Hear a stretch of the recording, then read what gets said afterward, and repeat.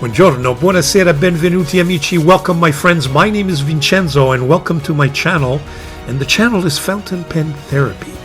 Yes, I offer fountain pen therapy for all of us in the form of pens, inks, and journals, and notebooks, and paper in general. Today I have another pen for you, and it's thanks to one of my viewers. I've always, appreciated some of the mechanical pencils I have. I like the design, some of the more modular metal mechanical pencils. I've always said to myself, if only they would make a fountain pen in the same fashion, with the same kind of design, model, or even materials.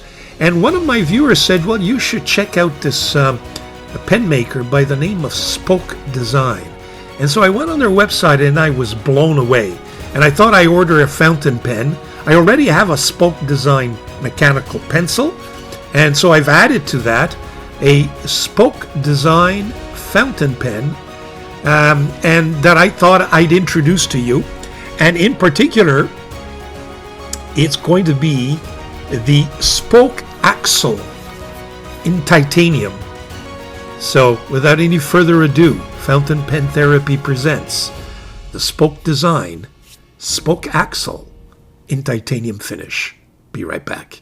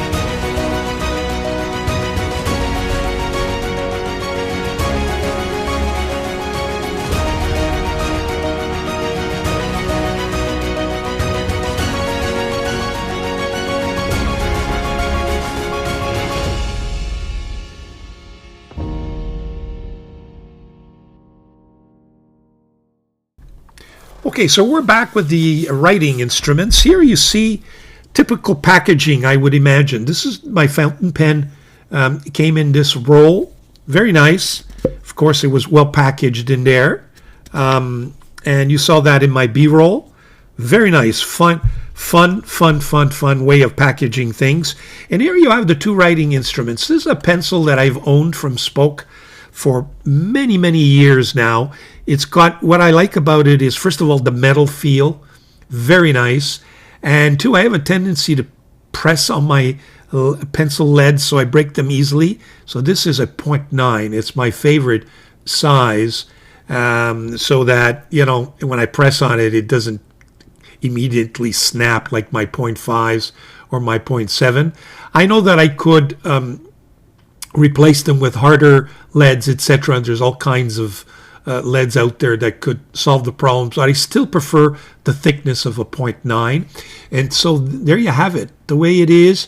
Now this, I believe this is probably a titanium finish, or maybe a combination. This appears to be much heavier than the top part. The top part may be, in fact, even aluminum.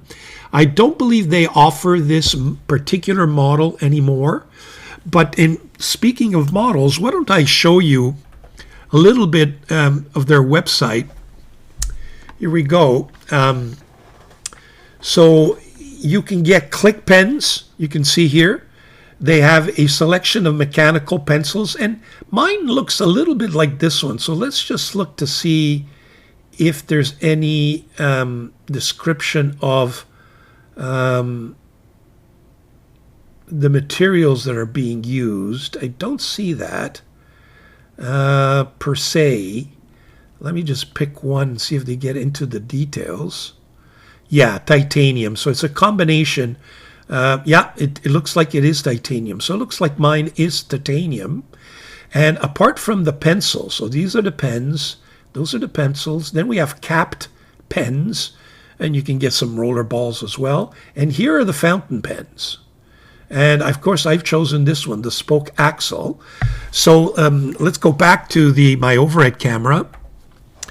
So in any event, this is a pretty simple design. You know, it's got an eraser. You throw in your leads there. Nothing too, nothing too complicated.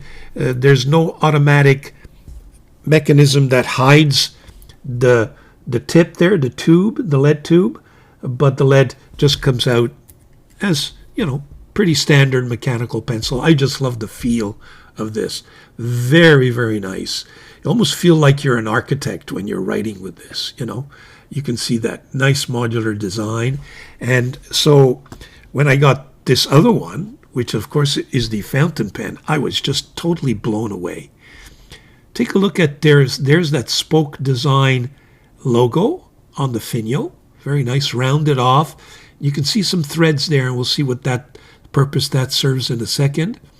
I really like this pen. Now, as soon as I got it, I started to question myself, okay, where's the nib? So first thing I did is I unscrewed this part.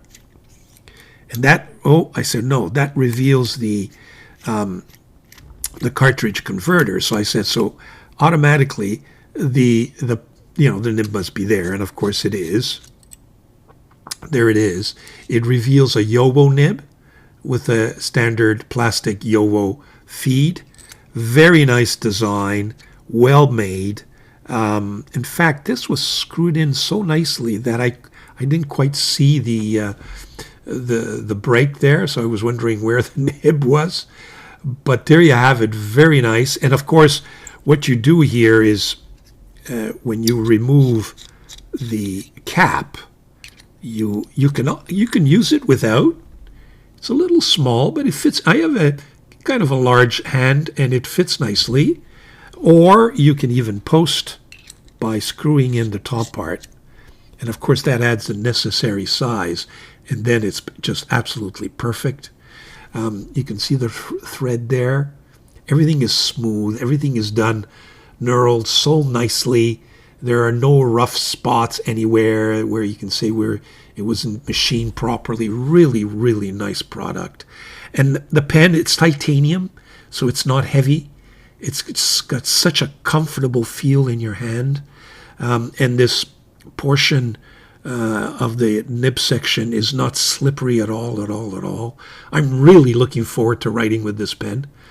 It makes writing with a boring Yowo nib exciting. I'm looking forward to it. It's a broad nib, by the way. It does have the spoke branding on it. So there you have it. That's the pen. Not much more to it to show.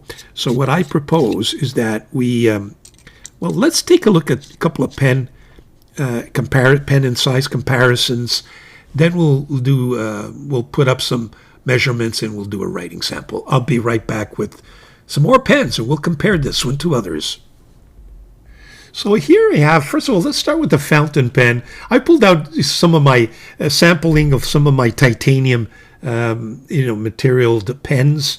And of course, you got the subject pen there. You have my EDC in full titanium here. To my two Magons, P137, P136, or the TI 136. Of course, these are regular size pens. I think the subject pen is more like a pocket pen that kind of extends when capped. You have, of course, one of my beautiful writers here, which is the M2 from Dieman. This is a Lotus Ion. It's not titanium, but I thought I showed it to you because it has a very similar mechanism where you screw on the cap to make it bigger. And then, of course, I have my Rhodia. So those are my fountain pens capped. Now, here are the fountain pens uncapped. And as you could see, very deceiving, isn't it? Because this the subject pen is almost as big uncapped as my Magons right here. Just slightly smaller. So it may not be a pocket pen per se. It turns out to be a very regular sized pen, uncapped, and even better when posted. Of course, you see my smaller pocket pens here, and my Rhodia is the biggest, longest anyone of all of them. But there you have the pens, uncapped and unposted. Here are the pens posted. Nice size, as you can see. Of course, it's much smaller than the rest. The M2 and the Ion get a little bit bigger once I post them, and they're meant to be posted, in fact, to be written with, but not quite as big as the subject pen. And then, of course, my Rhodia becomes a very long pen when posted, but because it has a certain lightness, it's not back-weighted. All of these pens, of course, I've reviewed in detail, so you're welcome to look them up on my channel. I'm sure they're easily accessible. So there you have the pens. Let's take a look at the pencils. Here I have a sampling of my metal mechanical pencils, if you will. The subject spoke design one. We have a Stadler here, hexagonal. Another Stadler, a regular rounded version. We have a Rotring here. There's a Rotring clone, red circle, Chinese. You have a graphic gear, a Rhodia, and this beautiful Aim Vision, which I think is probably the mechanical pencil, or was last year, mechanical pencil of the year. So you have a sampling of my mechanical pencils that I enjoy because of their metal look. Very, very nice, sleek.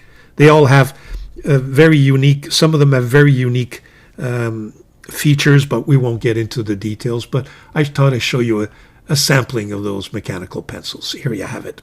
So we'll look at the measurements of the fountain pen strictly, and then we'll do some writing samples. We'll be right back.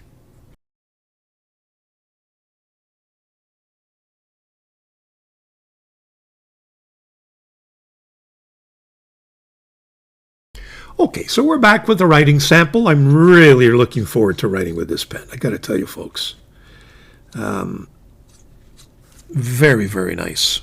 Now, one thing I did not mention, but I think is important to mention, and before I forget, because then you will, of course, point it out that I've failed to mention the price. Let me just go back to the website. Sorry about this. I should have had this ready for you already. So the axle in the aluminum finish is $139 Canadian. Let's keep that in mind. We'll write it down a little bit later on. Okay, so let's do the writing here. So this is the, well, oh, I forgot to ink it. Sorry, folks, we'll be right back. Okay, so we're back with the writing sample. Let's get to it. So this is the spoke design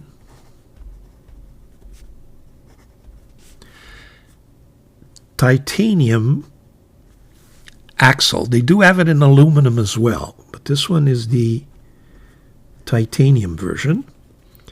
The nib on this pen is a number 6 Yowo steel broad nib. The ink, folks, is this ink that I reviewed recently. I just love this ink. A little expensive, but worth every penny in my view. It's Inkforge. He's an independent ink maker. He's just starting out. I did a review of several of his inks in one of my recaps. This is in particular the Studio Amalfi Coast. I really recommend these inks. A little costly, a little expensive, but we should encourage the gentleman. He's doing a good job. So ink, and by the way, I'm going to buy a bunch of those inks. So stay tuned for that. We'll be reviewing some more sometime shortly. So the ink is Inkforge.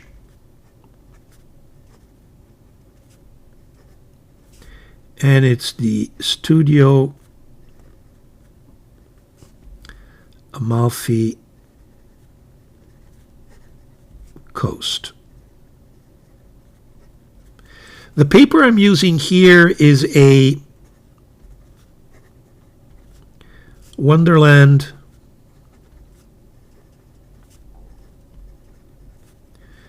.222, and it's Tomo River paper. Yeah, I think it's Sanson, or the new and improved Sanson, at least. Okay, so that's, now, in terms of smoothness,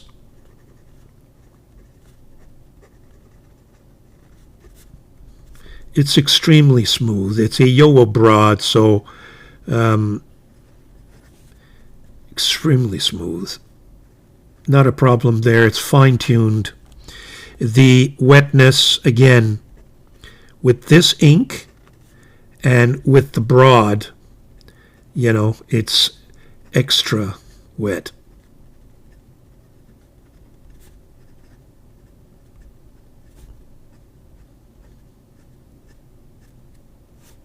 As you can see. Bounce, not applicable. It's a Yowo nib. Very stiff.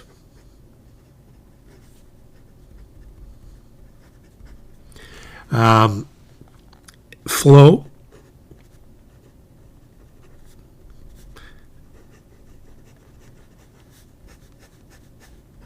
As you can see, it's 10 on 10. No problem there.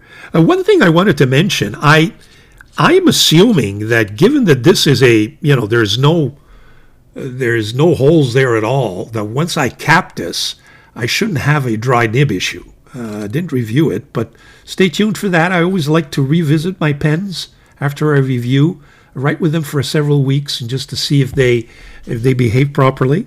So the flow is very good. Now, what else do we need to look at? I guess reverse writing, which I always introduce for those who really care. I don't like a little scratchy.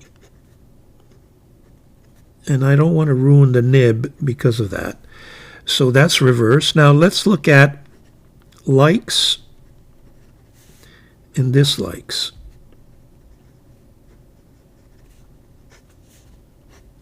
Likes, I like the design. I like the materials. I like the nib is well tuned, but it's a Yowo nib, okay?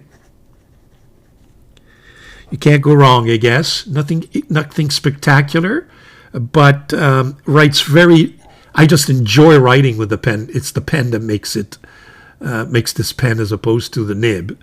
What else do we need to look at? Design material. It's in terms of value, the titanium version goes for 139 Canadian. So what is that? Roughly $100, $100 US. Very good. I think the aluminum one goes for something like 125 Canadian. So in terms of value, I say 10 on 10. Is it a go-to pen? Absolutely. This is an everyday pen. You can cap it, throw it in your bag. It's got, you know, very resistant material. I think looks good even in an office setting. Not a problem for it to be go-to. In terms of dislikes, I can't think of any. Not applicable. I really can't. Would the pen have been better if they used another nib? I don't know. I like Schmidt nibs. If it would reduce the cost, I would take a Schmidt broad, which writes just as nice, if not nicer. It's got a little bit of more feedback, slightly softer than the Yowo. But other than that, I really don't have anything negative to say about this pen. And I'd like to thank that viewer that reminded me of Spoke Design. So it recommended.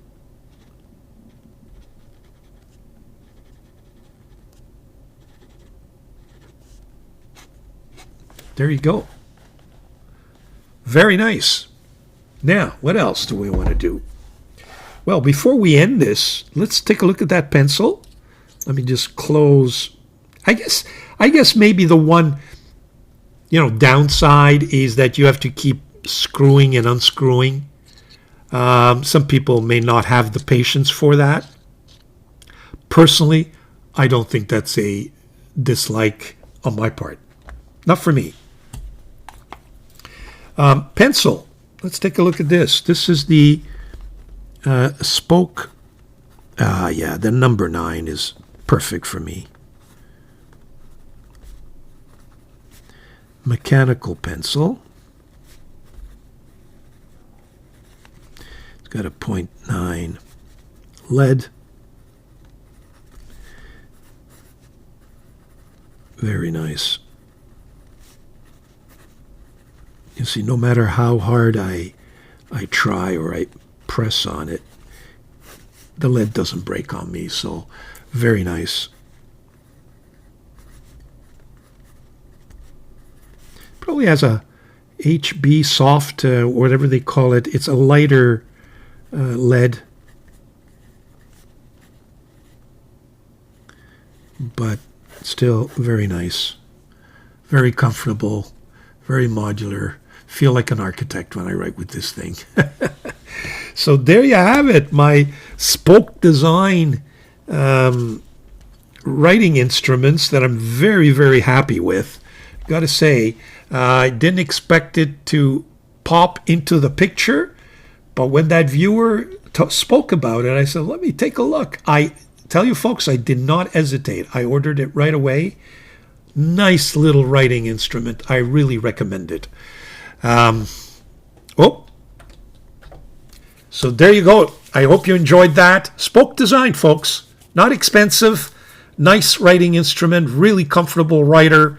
Yo-ho nib, not exciting. I think this is one of those occasions where the pen makes the pen as opposed to the nib. But what would it feel if I put an Ongdian bouncy nib in there? Maybe, maybe I might try that, or maybe even a Majon flex nib, just to give it a little more character. Those are all little things that, I do when I am bored and I have nothing else to do. I start experimenting. And if any of those experiments work out, I'll let you know.